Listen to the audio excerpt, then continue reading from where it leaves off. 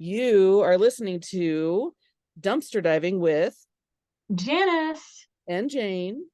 And today we are kicking off our fireside chats. Actually, we already had one and it's going to be posting. we did. So this is It was worldwide, actually. Did you know? Like everybody around the world has what? listened to our fireside. Yeah, everybody around the world has listened to our. So if somebody's hearing that right now, they're like one of few people who haven't heard it. So they're going to need to get on it and go back.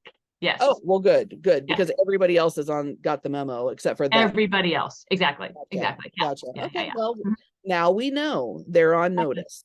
Exactly. But it's Well, number 2.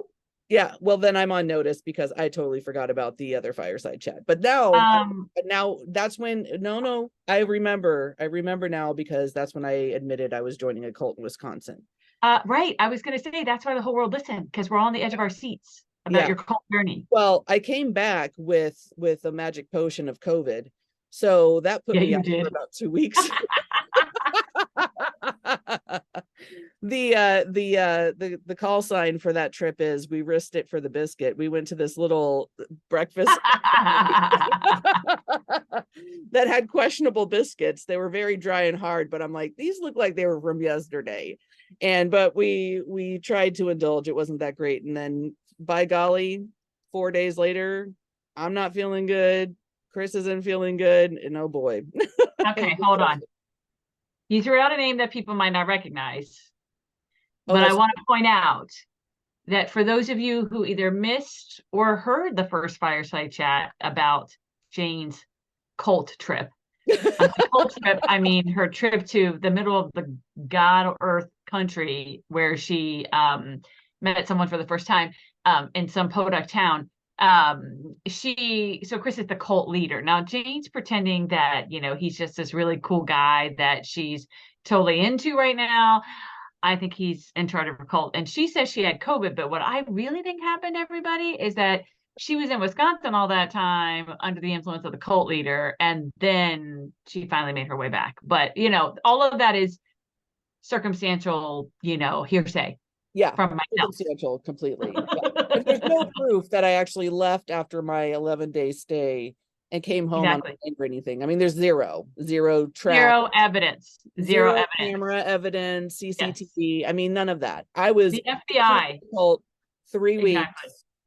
I thought I was going to die, but I came back, and I am. But you're back now. But you brought your, cult leader with you, not physically, but to our podcast. So, I want everybody to just pray for me right now a little bit, because we're going to spend some time with Chris. And I need to make sure I don't end up under the cult influence. So everybody else, what's funny is, hey guys, hey listeners, I think what Janice just asked is pretty selfish, because she wants you to pray for her and not you guys. And we are going to bleed this little cult into the airwaves, and all of you are at risk. Okay, that's fair. That's actually very fair. All right, we'll be strong together, everyone. Now. Let's all be strong. That's right. See? Look, it's been a month and already you're willing to sacrifice anything. So there you go.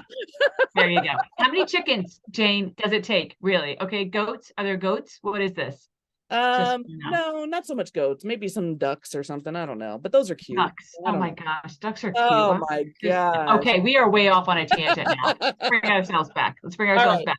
So Chris is our special guest today. And the reason for this is our fireside chat follow-up to our suicide awareness episode that will be airing in a couple of days on Monday the 2nd. And so this will come out the following week. But Chris, I mean, everybody knows Chris, and he is my boyfriend. And so everybody knows that I am part of the LGBTQ community, and so is he. So and we have a very special relationship. It's super cool. I'm super excited. And he is joining us because he knows a lot about and has done a lot of research, and actually does some oh my gosh, what's the word? He's an activist for trans rights and everything that goes along with that.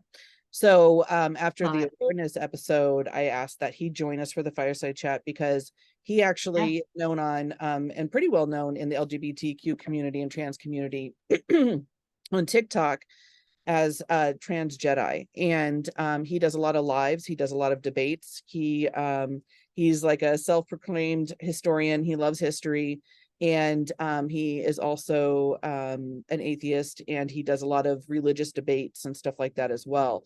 So he's a very interesting person. He's super cool and loving and everything else, and he is nervous to meet you, Janice. As well he should be. I'm the big sister, bitch. I mean, hold on. That's come out so harsh, but Yeah. yeah, Well, and yeah. he is coming for Thanksgiving, so get Oh, ready. yay. Yeah. Oh, I love it.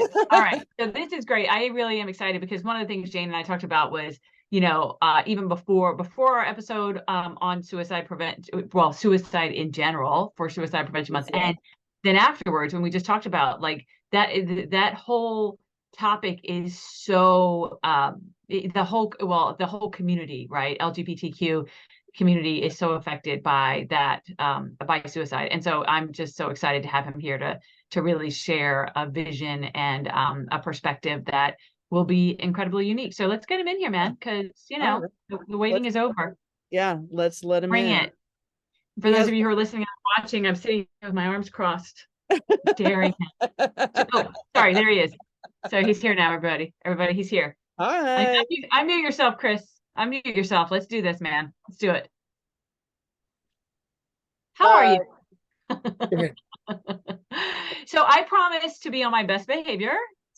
I also promise to not interrogate you as the big sister until we're in person at Thanksgiving, because it'll be much better then. So Fantastic. We'll see how that goes. But in all seriousness, how are you? I'm good. How are you? Good, good. We're so glad you're here. So glad you're here. I've decided that, if this all works out well, that it's okay that Jane joined your cult. But if it doesn't, we're gonna have to burn something down, which is why you're at a fireside chat. So anyway, just our intro, all kinds of signals. Our intro, which you didn't get to hear, babe, is how I didn't really have COVID. I was just trapped in the cult for 3 weeks, and I finally clawed my way home. That's right. Claude. I like that. That's a great visual. Yeah. Claude her way down the 405, like just love it. Over the mountains, man. So Chris, Jane actually gave you a really great intro, but we always love for our folks to intro themselves too. So think of something that you think she might not have said and tell us what it is, or just what do you want people to know about Chris as you join the conversation today?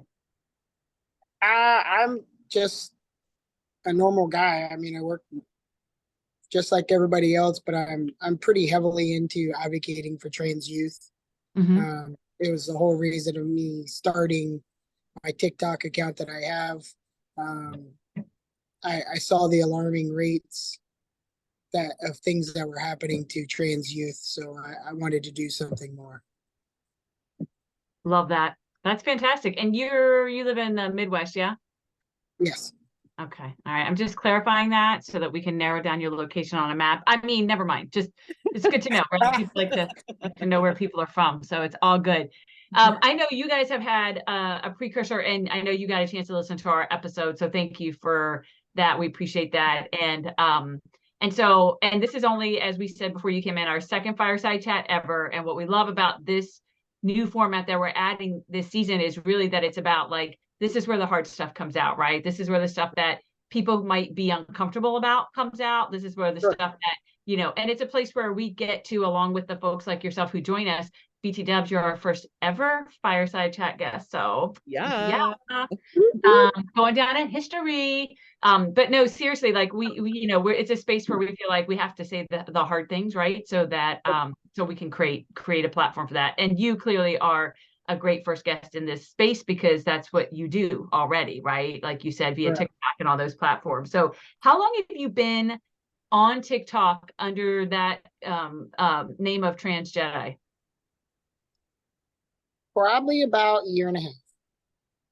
About a year and a half. So, and what do you like? I know you said your motivation was really giving voice to and advocating for trans youth. Was there anything in particular that kind of led you to making that leap? Was it or was it just kind of a general? Yeah, so I had just being in the LGBTQ community. Sure. I I had already had a lot of followers, and I was in a lot of, live debates. And I had think I think he was 14, um, young 14-year-old trans boy reached out to me and said, it means so much that you're out, in the world showing everybody that we're normal and there's no reason to stigmatize us. He's like, I have parents that don't, agree with this, and it's very hard for me. Yeah. I have no one to talk to. And so I mentored him for a while. And when I say mentor, I just gave him, someone to talk to. Right.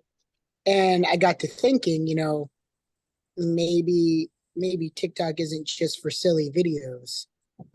Maybe it's a place where I can try to change someone's mind. So that's how it all started. Oh, wow. Okay.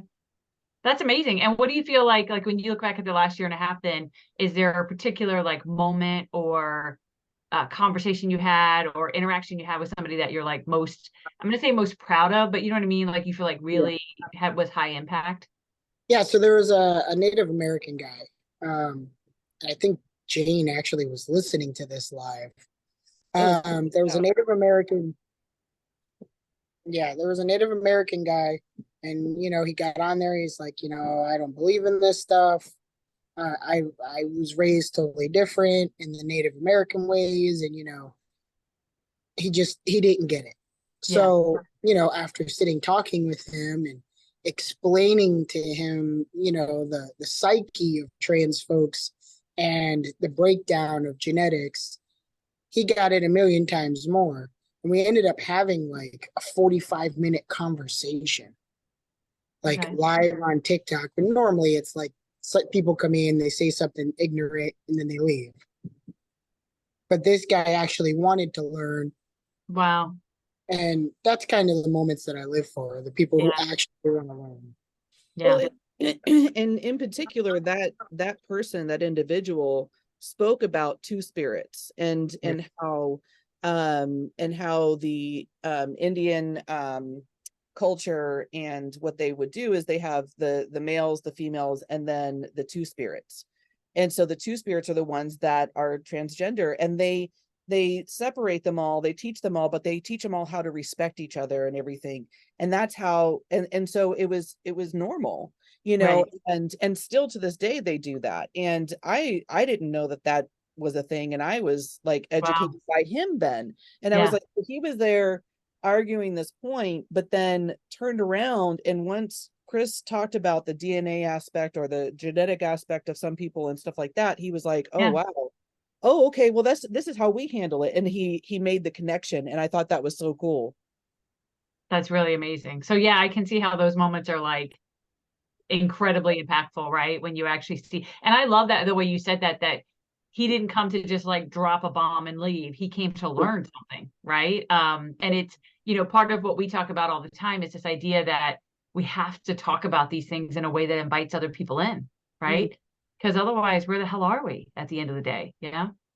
So our last episode then was, as kind of our way to create some space around the topic of suicide. And it was focused a lot on kids and parents and that kind of stuff. And, we really appreciate that in this fireside chat, we're going to, kind of listen to you as really our episode's expert in terms of how suicide impacts the LGBTQ community. By the way, so last week, random tangent, birdwalk, it connects, I promise. Last week, we got a letter from our youngest is a junior here in San Diego Unified, and we got a letter from the superintendent about the LGBTQIA community. And I had to look it up because I was like, all right, people, I barely got a grasp on the LGBTQ letters, and now I've got 2 more letters. What the? Oh, there's more than that. Oh my God. All right, just one at a time, one at a time. So, okay, I want to start there then, and then I want you to jump into all your statistics. But so the IA, I was like, okay, I love Google, right? I just went and looked. I was like, okay, I get it. I get why both of those are important letters to add to this. But I literally had never heard it before. So what else is there? And I think about that from the perspective of somebody who wants to learn to make sure that I'm honoring. So right. So you got LGBTQIA, and then you have and help me out here. Then there's like androgynous, Yeah. ally. There's another one that I'm I've missing. heard I know. ally now that you say that. Yep. Mhm. And then non-binary, I believe, was Yeah. another one they put in there. Yeah, non-binary. And now, I mean, Okay. they have asexual, but that's different, you know, non-binary. Yeah. Right.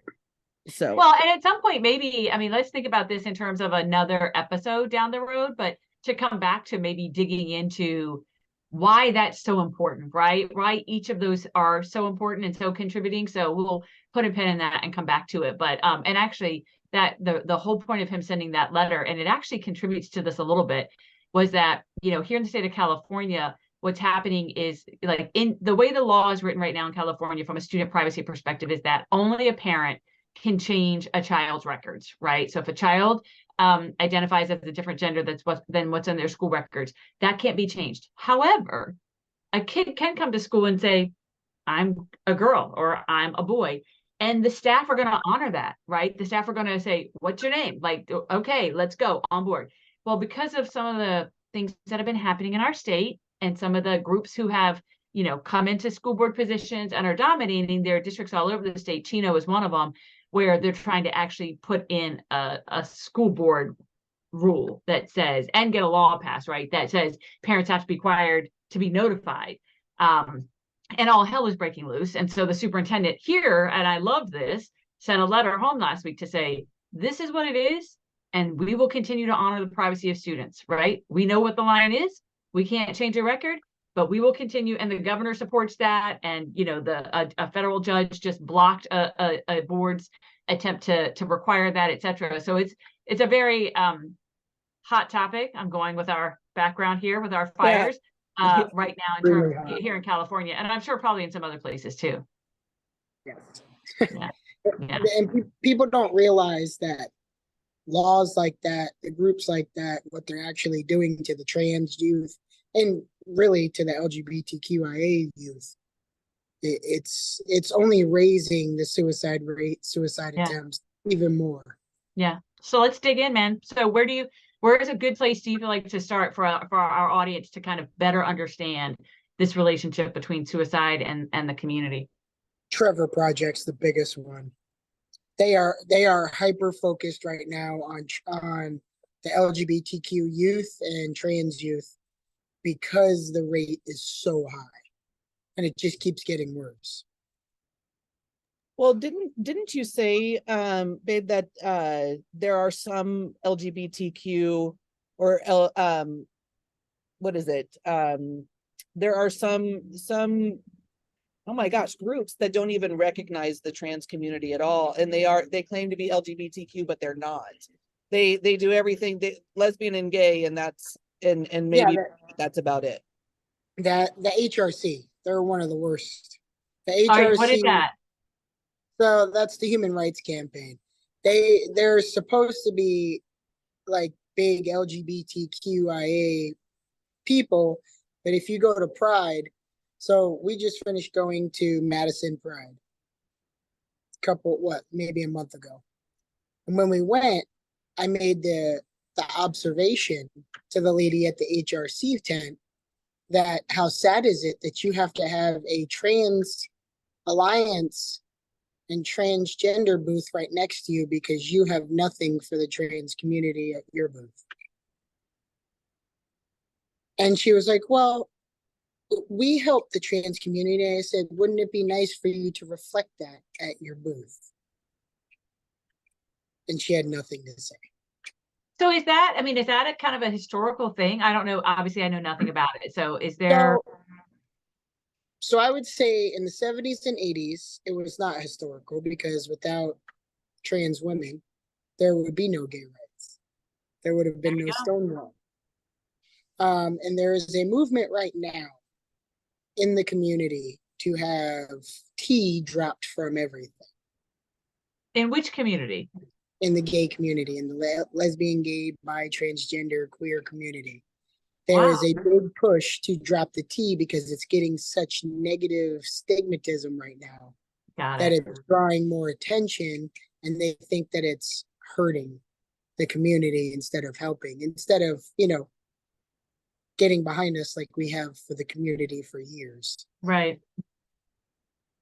That's discouraging to hear, and I'm sure we could probably talk about like 27 days about the history of that and fleshing that out. And you made a couple of historical references that my guess is a lot of people are gonna be Googling, right, myself among them, in terms of like better understanding, because I don't want to derail this conversation. But so tell us a little bit then, some of the, I know you've got like lots of statistics and stuff like that. What are some of the things we want to focus on in terms of the impact of all of this on our trans youth, especially? Sure. So trans youth. So if you look at youth as a whole, right? It's the second leading cause of suicide in this country. Trans and, well, let's start with LGBTQ youth are 4 times more likely to attempt or consider suicide.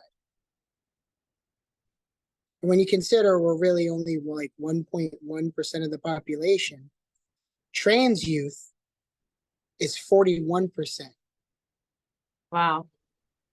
Yeah, it's pretty bad. And I believe the statistic was one trans kid every 45 seconds attempts or considers suicide.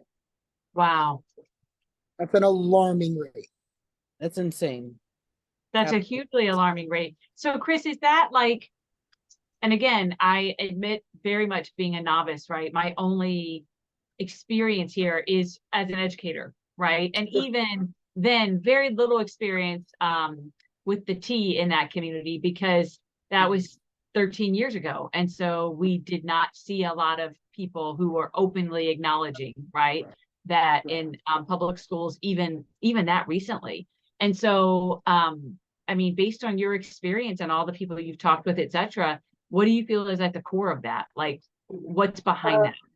I would say the negative rhetoric being passed around. The really bad negative, saying that, we're grooming children, we're having children, cut off their parts, or feeding them hormones, which is absolutely ridiculous. That does not happen ever, ever, ever. I mean, you have to go through years of therapy before you can even attempt to go on hormone blockers, let alone T or estrogen. It just doesn't happen. And nobody under the age, I believe it's 14 or 15, and that's just to have top surgery. Right? And that's only after 2 PhD therapists, your doctor, and your parents have signed off. Right. So the rhetoric is not helping. And what it's actually doing is it's causing these kids to feel like they have nowhere else to go. Yeah. And unfortunately, it's ending lives. Since I've been on TikTok, I have watched, Matthew, the kid that I used to mentor, he's disappeared. Don't know where he went. And this was somebody that was on TikTok every single day. Oh, wow. He's gone. Can't find him. His account's not active. 3 other transgender youths have committed suicide in the last year and a half since I've been on TikTok that I know personally on. Wow. I'm so sorry. I mean, I can't even imagine the impact that must have on you. It's horrible. Yeah. It's absolutely horrible. I mean, I've had, even when I go to prides, I think this was my first pride where I could like take my shirt off and be out in the crowd. I was treated fantastic here, but just moving here from Tennessee where my mother lives, no way could you go to Pride. They had to cancel Pride because the Proud Boys promised to show up. And it's illegal to be transgender in Tennessee. Still, now. Oh, yes. Yes, it's very much illegal. You can't even be a drag queen in Tennessee. What? Yes, it is illegal. Out. Yeah, they are. Seriously, that I've done. Not be drag queen, but go to the shows. And that, I love and so what they did is the real thing they wanted to do was to get rid of transgender folks, because what they really did was they wrote into that law that banned drag queens. They wrote into the law any person wearing clothes not of their gender. It is a class 2 felony. What about Halloween, man? Sorry. What I know the fuck? That is messed up. So while you're talking, right, I had pulled up a few things in anticipation of this conversation, because what you're shedding light on is the last year and a half is what you've said, right? Since you've been in this space in TikTok. Sure. And I, you know, as just a regular person going about their day, and by regular I mean like I don't hold any positions in the, you know, my community that are of note or anything like that, but I pay attention. And I know that these groups that you're talking about are on the rise right now across this country. So I pulled up a quick map, right? So if you look at a map of the United States in terms of laws that have been proposed that are restricting trans, that are directed toward trans youth and specifically, if you pull up that map from 2021, nothing. You look up that map 2 years later, and there are 13 states that have laws on the books now. And there's another, I'm looking at it while I'm talking to you, 4 or 5, right? Yep. That have them in the works. And many of them, to your point, are geared toward even preventing parents from taking the steps to support their child's identity. Yep. In Florida, it's actually illegal, and they will take your child. I know people that have had their children taken from them because they supported their child's gender. And that's where, right, that's where it gets all fucked up, right? Because, you know, many of us are still, if not all of us, are still reeling from the Roe v. Wade, right, being overturned, right, and all of the abortion laws that came as a result of that. And so I'm sitting here in my head trying to synthesize, like, so first you took back away our right to be in charge of our own bodies, right? And you said it's because every fetus is a baby, every child is a soul, everybody should be born, right? And then now once they're here, we've decided that a small group of people in this country get to decide things like every single person's gender identity, every single person's gender identity. And as children, we've decided you're not intelligent enough as a parent yourself to make those decisions. So we're going to do it for you. And again, I'm going to say this because I said it with the abortion piece, with zero anything to come with it, right? We're going to tell you what to do, but we're not going to fund anything. We're not going to develop systems to support you. We're not going to do any of that. We're just going to tell you what you can and can't do. What the fuck? Yeah. Well, it's because they only care about them before they're born. After they're born, they don't care. Exactly. We got to keep those taxpayers coming into the system. You don't want to get rid of them. And if your kid happens to be LGBTQ, they really don't care about. Oh yeah. Right. Exactly.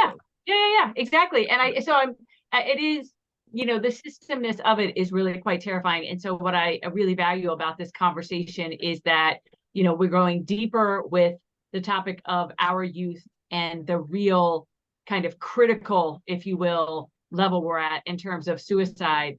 And we're getting to focus in on a specific group who now you've just shared a few statistics that are like alarming. You know, right. I mean, like that's not even the worst one yet.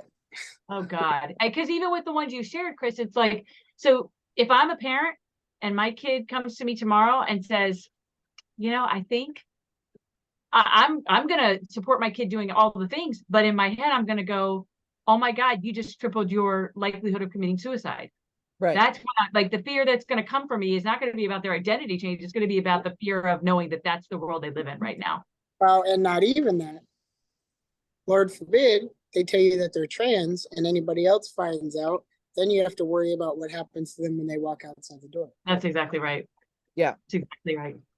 So Jane, I'm almost thinking, what do you think? Like, maybe, right? Because we're making a lot of assumptions right now, having this conversation about people's level of understanding. And I know on one hand, we want to really be laser focused on suicide. On the other hand, I want to make sure we're bringing everybody along. So does it make sense to you that we like just back up a little bit maybe, and like Chris, you just said, for example, and if they say they're trans, that's a whole, I can imagine there are probably people out there going, oh, okay, all right, what's different, right? What's the difference between changing your identity or being trans or what have you? Does it make sense to comment on that? Yeah, exactly. Let's do it. And you two are the experts here. I'm going to shut up. Go ahead. Well, I mean, statistic wise, I would love Chris to share, but I mean, just personally, so your question, tell me your question again. So my question is, it's starting to pour down rain in freaking sunny San Diego, so I keep muting myself because I don't know if you can hear it. My question is, how about let's do a little kind of run through of terms and definitions so people know like what's the difference between being trans versus changing my identity? Like what I imagine they're probably think they're the same thing, or like what's the I think most people probably understand lesbian, gay, right? That those basics, but what's the things that you feel like people probably would need some clarification on? I would definitely say queer is a fun one because it means a lot. It's not normal, so what's it's not male and female, so it would be anything other than male and female. And what does that mean? I mean, that could mean a lot of things. People that are into BDSM, that's queer. It could be, that's your sexuality, not your gender. Sexuality, right? Not gender wise, but wait, hold on. I'm a novice. That's new to me. Seriously, because I've always wondered about the Q, and I've always like I to say that word out loud feels like an insult, and so I know it's not, because otherwise the freaking letter wouldn't be in the list, right? So right. I'm so glad you just said that. So queer actually, Chris, you said refers more to a person's sexuality. It's not about okay, all right, right, got it. Moving on. I got it. We got this. Let's go. Next letter. Let's so exactly. So then, Chris, I would love for you to explain intersex. That's me. What does that mean? We're gonna need a little more. I am the I and the T. Okay. I was born intersex. So if you were to run my genetics, right? Okay. I am XXY. Okay. So male, but was born with female parts. Got it. So like everybody else in the 80s, they had no idea what that meant. Yeah. And they said, well, you got girl parts, you're a girl. But that wasn't technically true. Got it. I was a guy with girl parts. So as I got older, the one good thing that my mother did was she let me explore my own self. Okay. When I hit puberty is when it became very clear that I was not a girl. Girls don't grow facial hair, chest hair. They just don't. I mean, I guess some do. But. Yeah. Well, some do, but you know what? That's very sensitive. Okay, there's a lot of wax. Never asked them. Sensitive, but yeah, the majority don't grow full beards. Right. Right. So, as I got older, I transitioned, and medically transitioned by having top surgery and things like that, and legally have transitioned to male.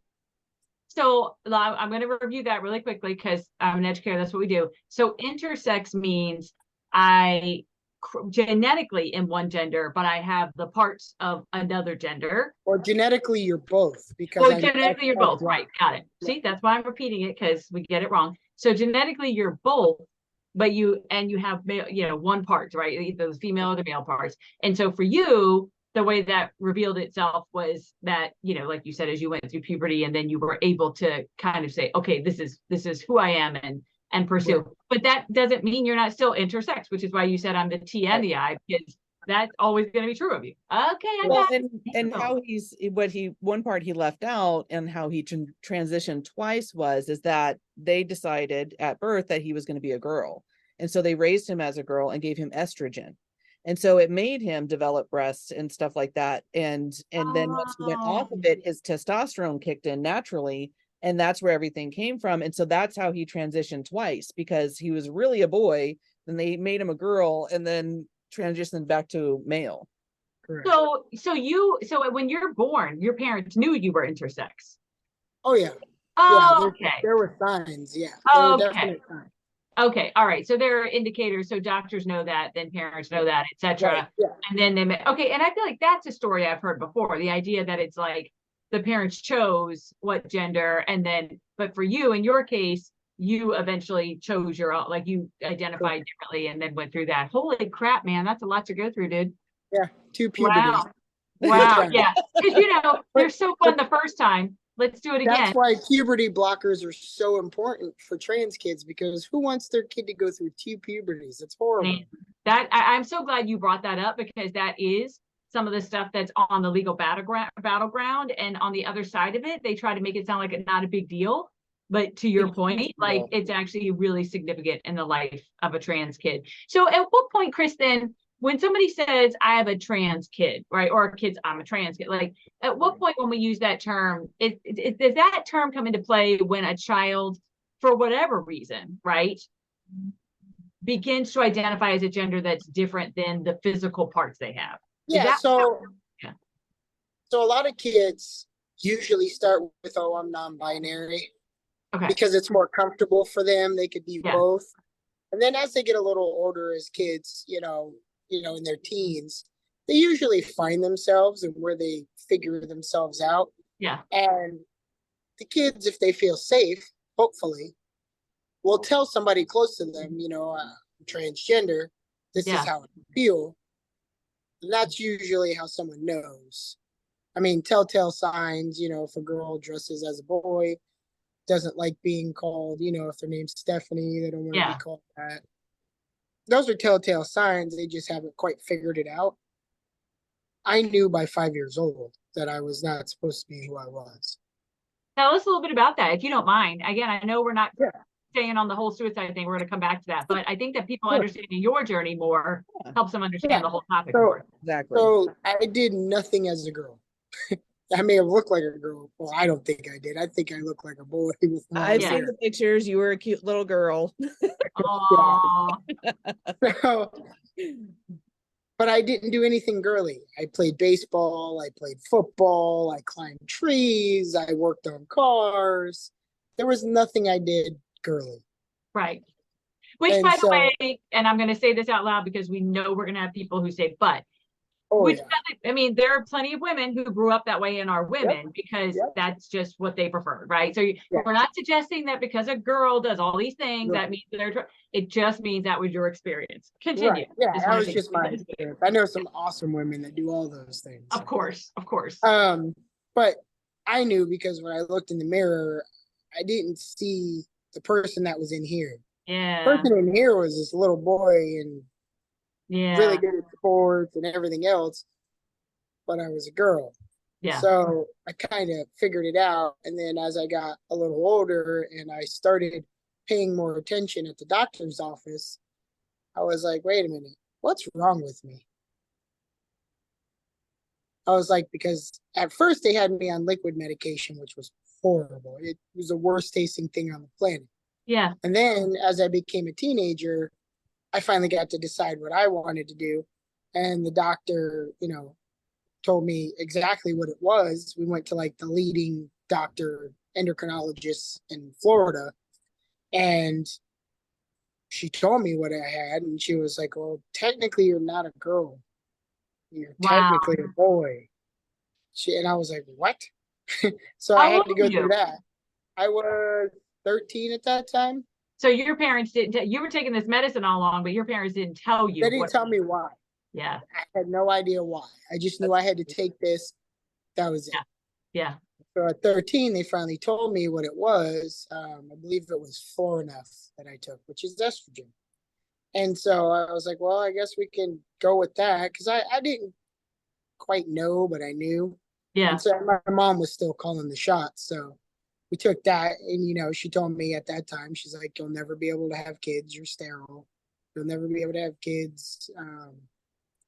She's like, there's a good chance that you're gonna go through puberty twice if you decide to stop being on medication. And my mom always told me, oh, if you get off of this medication, you'll get very sick. And I'm like, oh wow, that don't sound right. Right. So when I was 18, I was like, I'm done with this. My body feels like it's fighting itself. I gained a ton of weight. I was like, I'm done with this. And so I stopped taking medication, and then facial hair grew in, everything grew in, and it all fell into place. Oh, wow. My hair started falling out. Like, I was the boy I was supposed to be. Yeah. So Wow. it made more sense. And then I did research on my own, and I became a participant in a CAH study, which is congenital adrenal hyperplasia, which is what I have. And that opened my eyes to so many people. 1 in 1,500 people have what I have. Oh, wow. Yeah. And that makes up a large population of Yeah. transgender people. Right. Wow. Wow. That is, thank you so much for sharing that. And as you're talking, honestly, Chris, I'm sitting here thinking to myself, 13, right? Like I joke all the time, and I think I've said on this show that, you know, if a girl can survive 7th grade, she can survive anything, right? And that's that 13, 14, 12, 13-year-old, because it's hell, man. Even under all of the best possible conditions, right? It's freaking hell. And so to think about somebody seriously in your position who then, on top of just all the regular shit that comes with that age, has that in there, you know, and you didn't even, I mean, so at that point, that's when you're learning all this shit. And I'm thinking, oh my God. And then, you know, you had to go to school the next day and deal with all the regular 7th, 8th grade bullshit, right? Like, holy crap. And so that kind of leads us back to the really hard part of this, that no fucking wonder, you know? And so that's enough as it is. But then we layer on top the people in the world who've decided they should be the ones who, you know, tell us what is right and wrong and make decisions. Yep. It's an alarming rate. Like I said, I haven't even told you the worst ones. All right, let's hear it. Keep going. All right, so you know how I said 45%, right? 45% of youth for the LGBTQ. Can you guess the percentage for trans youth and just trans people in general? The percentage of people who commit suicide? Who have committed suicide or attempted? Or attempted. Jesus Christ. I don't want to guess. Keep in mind, we're only 1.1% of the population. I don't want to guess. I'm already terrified. Jane, you already know the answer because I told you. Yeah. All right. What is it? 82%. Jesus. So wait a second. 82% of the trans population either do or attempt it. And there you go, right? Like that's all we got to know what we're doing is not working. Right. Not working. Yeah, and 41% of that is youth. Yeah. 82% and 41% of it is youth. And so that actually speaks volumes too, Chris, because I'm thinking to myself, like, so you make it all the way through teenage years. You get into your early 20s. Well, actually, before I say that, like, is there an average, and I don't know if this is something you've been off the top of your head, but an average age at which people tend to transition if they're going to transition? If they're going to, well, it's probably different now. Now it's definitely different now. It's different now. Like for me, I was in my 20s. Okay. Look at Caitlyn Jenner. I mean, he was like what? Yeah. Like Jenner. In his 60s. Jenner. Yeah. Although Caitlyn Jenner is not seen nicely by the trans community. Well, it doesn't matter. She's but yes, trans. They were what are they in their 60s? Yeah, 50s or 60s, you know. Yeah. Early 60s, and I only remember that because for some reason I looked that up recently. I can't remember. Maybe it was thinking about this. I don't remember, but so yeah, that's a very good point. But I think probably, I mean, who knows? Maybe lots of people in their 60s are transitioning. We don't hear about them because they're not famous. But okay. But you were in your early 20s. Early 20s, had surgery, you know, a couple years ago. So. Okay. Is the trend now, though, that we're seeing it at younger ages? Because we're certainly hearing about it a lot more, right? Now, that's also because there are groups out there trying to stop it. But I think we hear about it more because now you have Gen X raising kids. Amen. And they're not about the hate. Yep. So I think, you know, my generation, your generation, Jane's generation is kind of done with that whole boomer mentality. Yeah, yeah. And nothing against boomers. No, love them. My dad was a boomer and he was amazing. I think we're done with that, and we're raising the next generation of people who are now, lack of better words, could give two shits whether you like them or not. they're going to do what they want to do. Right. You know, you got your Zillennials and your Gen Alpha that are just charging forward, and they're not taking the hate anymore. Yeah. So I think that youths feel more accepted now. Yeah. And able to come out. But I still think there's a long way to go, because I mean it's a crazy alarming rate. I mean, even with, you know, POC people, people of color is at like 51% in the trans community. Yeah. I mean, it's so bad. And it's only getting worse. So within the trans community, 51% of people of color who are also in that community that's their attempted or suicide rate? Yes. God. So, I mean, you know, honestly, we know, like, it's not rocket science. We know that a lot of what drives how people act in this system in terms of all of these things, right? A lot of it's driven, well, I shouldn't even say that. The assumption I make is that a lot of it's driven by fear and lack of understanding, right? But the frustrating part is that there's not a whole lot of an excuse anymore about lack of understanding, because the freaking world is at your fingertips. If you want to better understand, if I wanted to know what the freaking IA was at the end of that list when the superintendent sent that letter, I went and freaking Googled it, right? Like, I didn't have to go find an encyclopedia or wait till I saw somebody else. I could literally find out in 5 seconds. So I have, my tolerance for lack of understanding is quickly decreasing. But the trend, right, to see, so we know so much more than we ever have before. All of the procedures and the things that have to happen for a person who, you know, identifies and understands themselves to be a different gender and has to go through all that, right? It's already hellish, even when you go through it willingly, because there's so much involved medically. And it's all really safe. And so, you know, you kind of come back to, maybe it's fear, because some people just fear what's different than them. But I'm just sitting here in my head trying to think about, like, how we start to get people who are behind freaking 13, 18 states now, either passing laws or having laws that are trying to be passed that restrict this. Like, how do we change the narrative, right? Because what we're going to need are other people. We're going to need everybody else out there understanding that, right? And speaking up. So it's like, how do we change the narrative? Doing it right now. Yeah, that's how you do it. You sit down. I'm a big proponent for, and I've always said this, I say it on the lives all the time, that if everybody put their egos and pride aside and sat down at a table and actually had a conversation, open-hearted conversation, it would solve a lot of this country's problems. Yeah. But until we get rid of this, you know, fake news, MAGA mindset, it's never going to happen, because they're pushing that we're abusing kids, you know, we're recruiting them, which is absolutely ridiculous. You can't recruit somebody to be trans.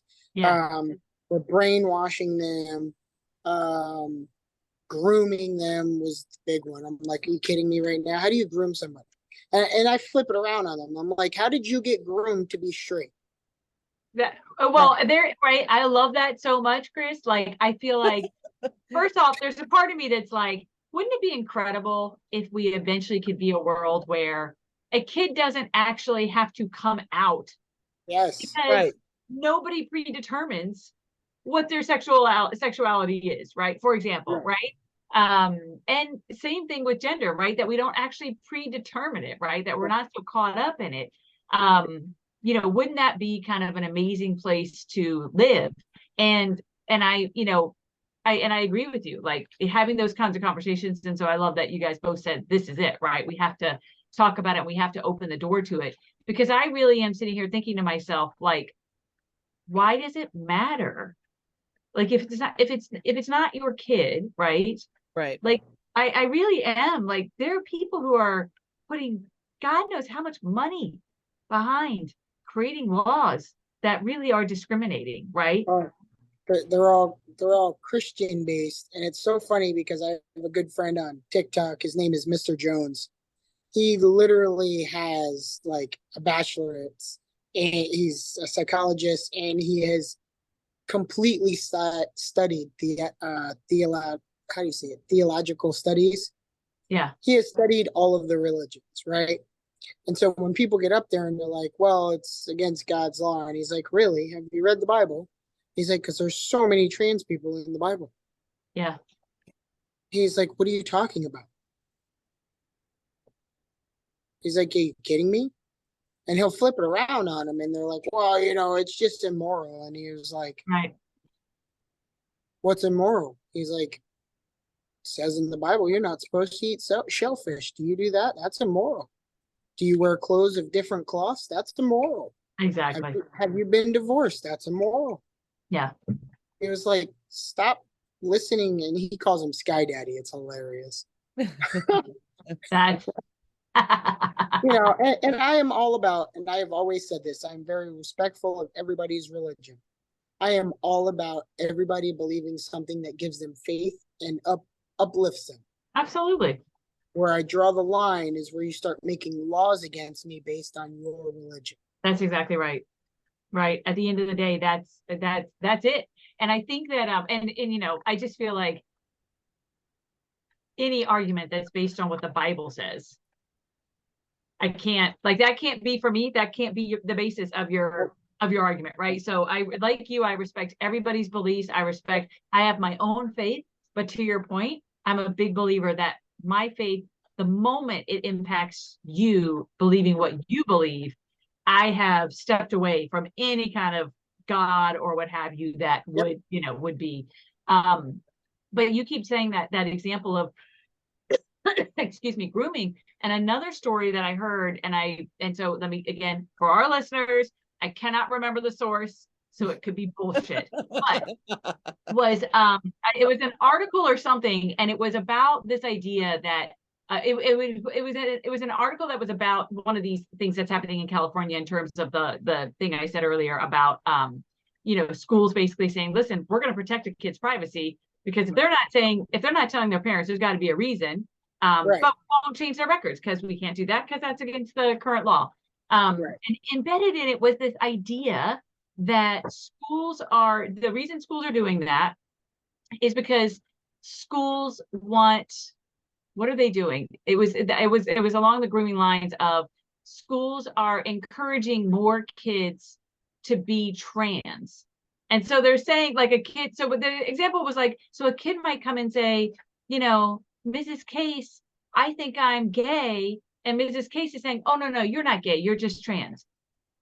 Because trans means that maybe you're going to have sex with the other gender. What the fuck? And I read it, and I was like, do people seriously think, poor Joe? They do, because they think that gender and sex are the same thing. That's exactly right, Chris. But my thing was like, do they seriously think people in schools have time for this shit? Like, right. I can assure you, nobody has time to set aside for Johnny to try to convince Johnny to be trans. Like trust me, I can promise you, on one hand, schools are a place, and it's not universal. Every school is full of people, and people are all right. Nothing is universal. But in the cases where you have people who are accepting and supportive and whatever, when those people are having a kid come to them, I can assure you what they're thinking is, A, how do I help you? And B, damn, this is going to be hard, right? Because they know all the battles that are going to come, right?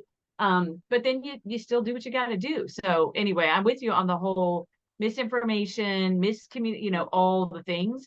And so I love that when you're engaging folks in these lives, that you're saying, so what's your evidence? Oh, it's Bible. None of them can bring it up. Right. I'm like, what's your source? Put it on the camera. I'll even look it up for you. What's your source? And they're like, oh, I don't got it. Or they'll show it like in Tennessee, where they tried to say that, these drag queen story hours, that they were doing inappropriate things. And I'm like, oh my gosh, they sat there in a dress and read a princess story? Right. Don't we hire people to do that? Come to birthday parties and princess please? Like, yeah. Do you take your kids to Hooters, Twin Peaks, There you go. Disney World. Right. Yeah. Just saying. There you go. It's all, I mean, it is, there's no question the fear is such a driving factor. So when you think then about like, you know, because unfortunately we can't solve all the problems of the world, but we can for the people who listen, say like, what can you do, right? Like, I think one of the things Jane and I've committed to with these fireside chats, because they're going to be hard, is to say, but so what can you do, right? So what do you think? What are some things folks can be doing? Listen to your kids when they tell you that they don't feel right, no matter what age they are. Listen to them. Just because your 5-year-old comes up to you and says, "Hey, I don't want to be called Timmy anymore. I'd like to be called, Crystal." Who cares? Call them Crystal. It may or may not just be a momentary thing. Who knows? Right. Just listen to them. They know what they're talking about. Yeah. They're They trying know to what get they're talking themselves out. Yep. And stop voting for assholes. Amen. Yeah. Amen. Which means you have to start paying attention, right? Yeah. And that's half the problem. People just, oh, I'm voting along the party line. I'm independent. I'll vote on both sides. If the Democrat that's there Yep. is not doing their job and not protecting the people, guess what? I go the other way. Yeah. Yeah. Yep. It's got to be about the person and what their track record is, right? Really understanding Yep. what it is they fundamentally believe, which is hard because I know people are like, that takes time. And now I have to research about. It's the least we can do, right? It's like one time a year. Laws. Yeah. One time a year, we ask you to pay attention and actually go in there and understand who's running and what they believe in and make sure that it represents what you believe in. And so, yeah, I agree with you. I love that. Look at the Supreme Court overturning, the Marriage Equality Act. Yeah. That included marriage to people not of the same race as you. Right. Clarence Thomas is married to a white woman. Exactly. Huh? It doesn't.